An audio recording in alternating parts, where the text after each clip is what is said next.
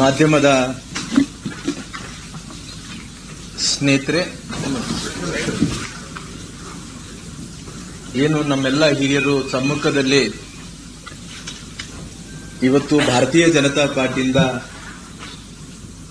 ಪತ್ರಿಕೆಗೋಷ್ಠಿಯಲ್ಲಿ ಶಾಸಕರು, ಮಾಜಿ ಶಾಸಕರು, ಮಾಜಿ ಮಂತ್ರಿಗಳು ಎಲ್ಲರೂ ಕೂಡ ಸೇರಿ ಇವತ್ತು ನಮ್ಮ ಪಕ್ಷದ ಅಧ್ಯಕ್ಷರಾದಂಥ ವಿಜೇಂದ್ರ ಅವರು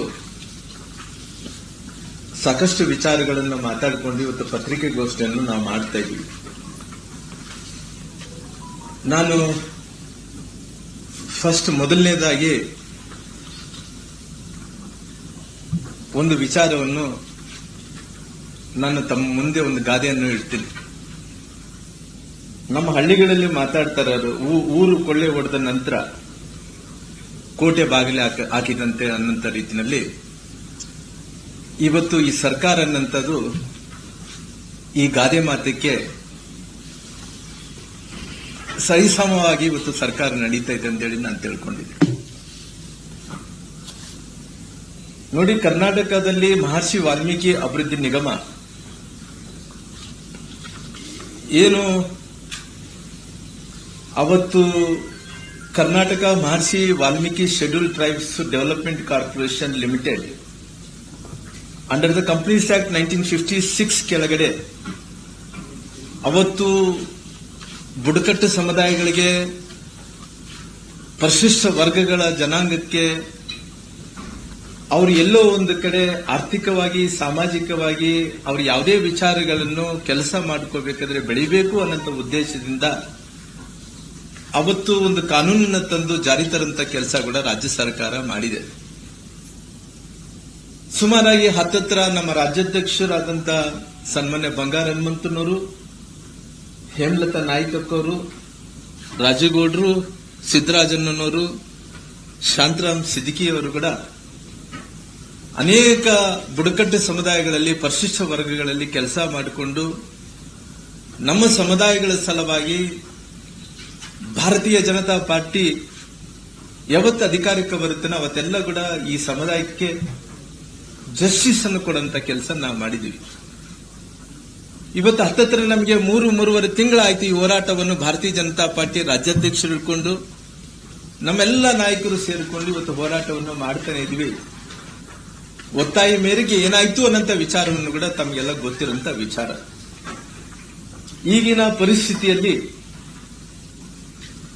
ಇಡಿಯವರು, ಎನ್ಫೋರ್ಸ್ಮೆಂಟ್ ಡೈರೆಕ್ಟರೇಟ್ ಅವರು ನಾಗೇಂದ್ರ ಮತ್ತು ಅವರ ಮನೆ ಮೇಲೆ, ಅವರ ಆಸ್ತಿಗಳ ಮೇಲೆ ದಾಳಿ ನಡೆಸಿ ಅನೇಕ ವಿಚಾರಗಳನ್ನ, ದಾಖಲಾತಿಗಳನ್ನು ಪರಿಶೀಲನೆ ಕೂಡ ನಡೀತಾ ಇದೆ.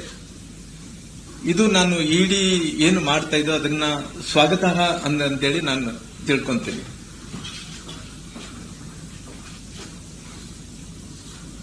ಒಂದು ಇವತ್ತು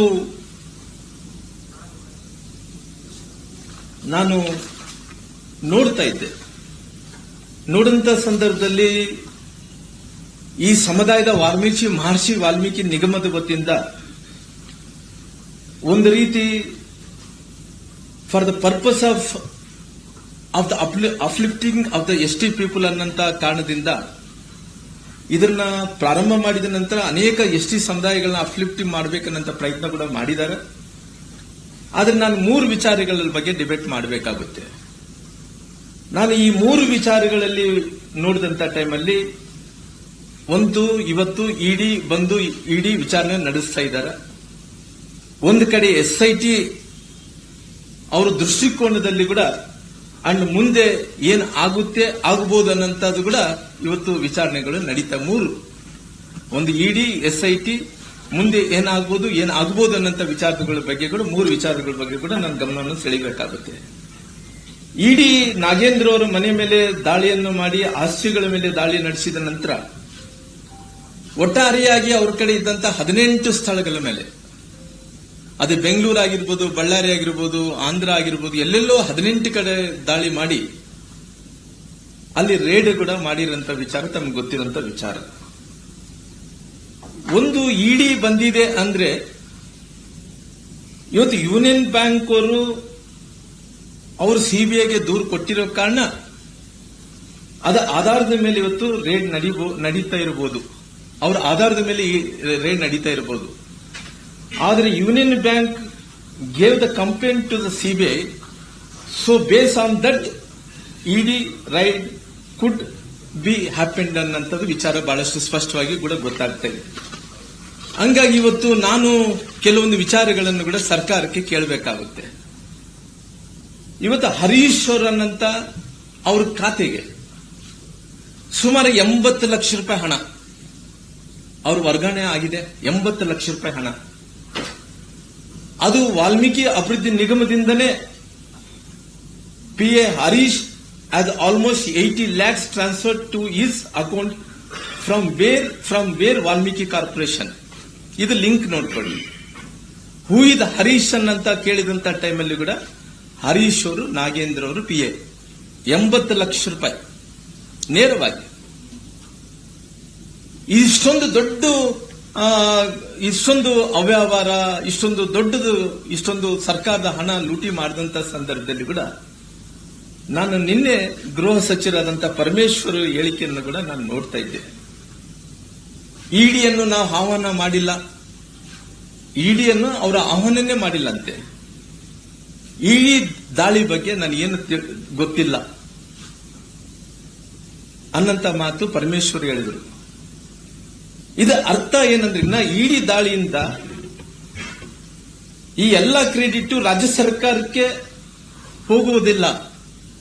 ಯಾಕಂದ್ರೆ ಈ ಹಗರಣದಲ್ಲಿ ಭಾಗಿಯಾಗಂತವರು government is a part of this mammoth of the scam. Government is a part of this mammoth of the scheme. ಹಂಗಾಗಿ ಇವತ್ತು ಬಹಳಷ್ಟು ಜನರೆಲ್ಲರೂ ಕೂಡ ಈ ರಾಜ್ಯದಲ್ಲಿದ್ದಂತ ಜನರು ಒಂದ್ ಕಡೆ ಥೂ ಅಂತ ಇದಾರ, ನಾಚಿಕೆ ಇಲ್ಲದಂತ ಸರ್ಕಾರ ಅಂತ ಇದಾರ. ಇವತ್ತು ಒಂದ್ ರೀತಿ ಕಳ್ಳರ ಸರ್ಕಾರ ಅನ್ನಂತ ಮಾತು ಇಡೀ ರಾಜ್ಯದಲ್ಲಿ ಜನರು ಮಾತಾಡ್ತಾ ಇದ್ದಾರೆ. ನಾನು ಮೊದಲೇ ಹೇಳಿದಂತೆ ಇವತ್ತು ಒಂದು ಕಡೆ ದರೋಡೆ ನಡೆದಿದೆ. ದರೋಡೆ ನಡೆದ ನಂತರ ಕಳ್ಳರನ್ನು ಹಿಡಿಬೇಕಾಗಿದೆ. ಇಡಿಯವರು ಬಂದು ಆ ಕಳ್ಳರನ್ನ ಉಪಾಧ್ಯಕ್ಷರನ್ನ ಹಿಡ್ಕೊಂಡಾರ. ಆ ಕಳ್ಳರ ಉಪಾಧ್ಯಕ್ಷರನ್ನ ಹಿಡ್ಕೊಂಡಾರಾಗ್ಲಿ, ಅಧ್ಯಕ್ಷರನ್ನ ಯಾರು ಅಂತೇಳಿ ಅವ್ರು ಗೊತ್ತು ಮಾಡಕ್ ಆಗ್ತಾ ಇಲ್ಲ. ಅಧ್ಯಕ್ಷರು ಯಾರು? ಇದಕ್ಕೆ ಮೂಲ ಯಾರು? ಉಪಾಧ್ಯಕ್ಷರು ಸಿಕ್ಕಿರೋ ಕಾರಣ ಅಧ್ಯಕ್ಷರು ಸಿಗಲೇಬೇಕು ನಮ್ಮ ಒತ್ತಾಯ. ಇದಕ್ಕೆ ಮೂಲ ಅಧ್ಯಕ್ಷರನ್ನ ಪತ್ತೆ ಹಚ್ಚಂತ ಕೆಲಸ ಇಡಿ ಮಾಡ್ತಾ ಇದೆ. ಅದಕ್ಕೋಸ್ಕರವಾಗಿ ಅದನ್ನ ಅಧ್ಯಕ್ಷರು ಯಾರಿದ್ದಾರೋ, ಈ ಬುಡಕಟ್ಟು ಸಮುದಾಯಗಳ ಹಣವನ್ನು ಯಾರು ನುಂಗಿದಾರೋ, ಯಾರು ಕಳ್ಳತನ ಮಾಡಿದಾರೋ, ಯಾರು ಕಳ್ಳರಿದಾರೋ ಅವ್ರು ಹಿಡ್ಕೋಬೇಕಾದ್ರೆ ಈ ಉಪಾಧ್ಯಕ್ಷರು ಹಿಡ್ಕೊಂಡಿದ್ದಾರೆ. ಉಪಾಧ್ಯಕ್ಷರ ಮೂಲಕ ಅಧ್ಯಕ್ಷರು ಕೂಡ ಇಡಿ ಅಂತ ಕೆಲಸ ಆಗಬೇಕು ಅಂತೇಳಿ ನಾನು ಇಡಿ ಅವ್ರನ್ನ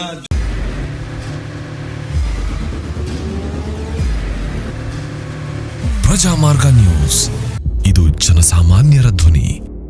ನಮಸ್ಕಾರ. ನೀವು ನೋಡ್ತಾ ಇದ್ದೀರಾ ಪ್ರಜಾಮಾರ್ಗ ನ್ಯೂಸ್. ರಾಷ್ಟ್ರದ ರಾಜ್ಯದ ರಾಜಕೀಯದ ಬಗ್ಗೆ ಹೆಚ್ಚಿನ ಸಿನಿಮಾ ಅಪ್ಡೇಟ್ಗಳಿಗಾಗಿ ಫಸ್ಟ್ ಲೈಕ್ ಮಾಡಿ, ಸಬ್ಸ್ಕ್ರೈಬ್ ಆಗಿ, ಹಾಗೆ ಫಾಲೋ ಕೂಡ ಮಾಡಬೇಕು.